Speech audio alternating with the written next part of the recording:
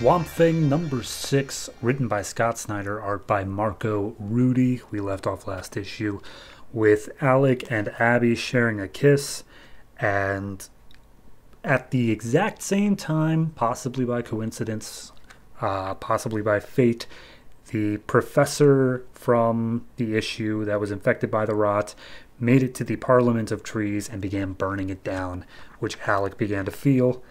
This issue picks up with him feeling it.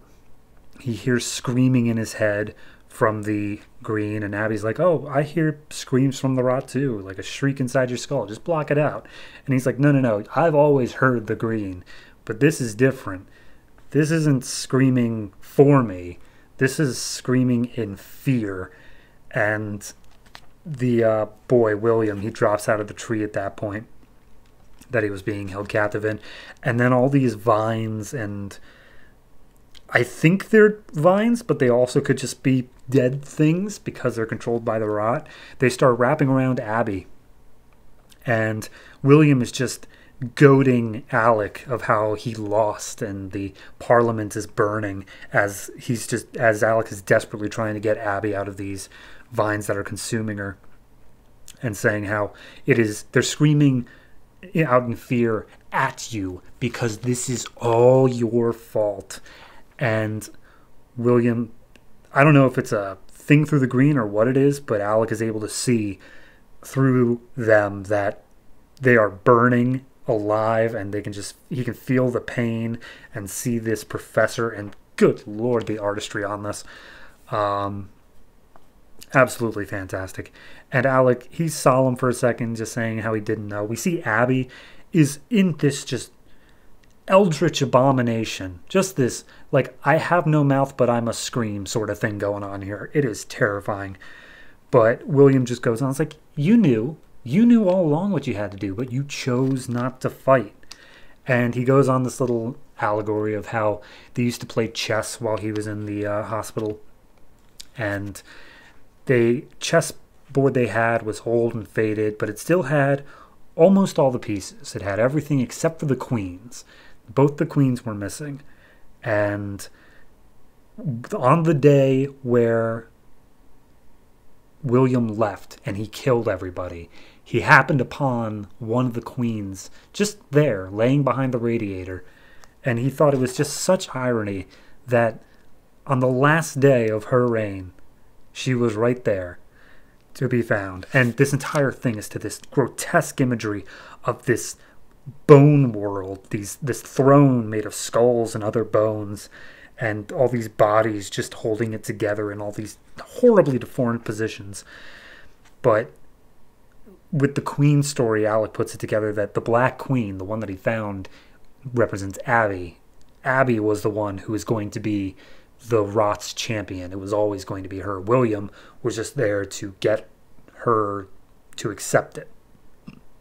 And now she is finally there. She's finally ready to take it. And Alec is pleading, trying to get her to fight, but she just is begging Alec to kill her before she's forced to do that. And these birds, these vultures start coming in, and they're coming after Alec.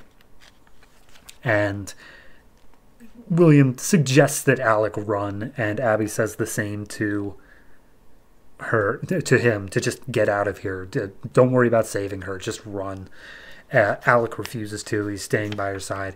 But then finally she uses part of her ability in the rot to use one of the vines and just whip him away. Just take him away and tell him to run before she ends up killing him. And he promises that he'll be back for her, but he hops on the motorcycle, drives away. These vultures are still giving chase, so he starts unloading a shotgun on them, and Abby screams out for them to leave him be, and they obey her. They 100% listen to her thing. And she says it's because he's of no concern to them now. And William just looks down on her grotesque, disgusting-looking sister and says, like, oh, she's become so beautiful, and just licks her face, and it's... God, this book is so messed up, man.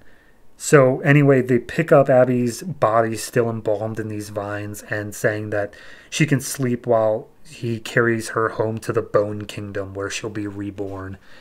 then we cut back to Alec. He's made his way to a swamp. He strips out of his clothes, wades into it, and just begs for the green to take him, to make him the Swamp Thing again, that he was wrong. But he was too late, and you can see the Parliament in their weakened state just saying, you were too late. We are dying, and you have failed us. And in that moment, Alec gets as I can only assume, a full-on chainsaw to the back through his chest, and this undead thing holding on to it, along with other undead things just standing around, and we see William's face completely deformed and demonic, just saying checkmate, and that's where it ends. I love this book. If it wasn't obvious, I love this book. This is so good. It's so good. It's such a, I mean, right now it's such a downer because it's just awful, but like, they are doing things with layouts and just the sheer grotesqueness of it all that you don't see in any other mainstream comic book. You got to go with the indie stuff to get anywhere near there. And they were doing this in mainstream back in 2011 at the opening of a reboot where you needed as many people on board as possible. This is just fantastic. I really, absolutely love it. Obviously, like for any reader who's worth a damn, there's a Swamp Thing on the cover. Clearly we're going to get there somehow. I don't know how, which is good. They haven't made it obvious how we're going to get there, but clearly we're going to get there somehow. But no, this was just fantastic. Just, it really only one thing happened.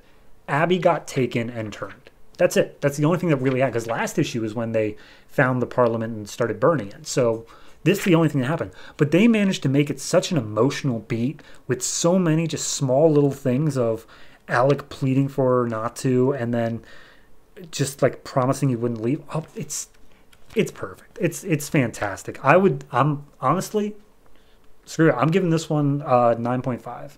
The only thing that I am going to critique it on, the only reason it does not get the 10, is because of that tiny little bit of, we know that Alec isn't dead. Or if he is dead, we know that he's going to become Swamp Thing. Like, we know this isn't the end of the thing. I feel like that last page with the chainsaw is just cheapening it a little bit. If we just sat with him saying he's too late to do anything in this swamp, I think it would have been a perfect 10. Just that moment of somberness. But to have him just randomly killed in the last page just cheapens it that tiny little bit. But everything else, mwah, magnifique. I love it.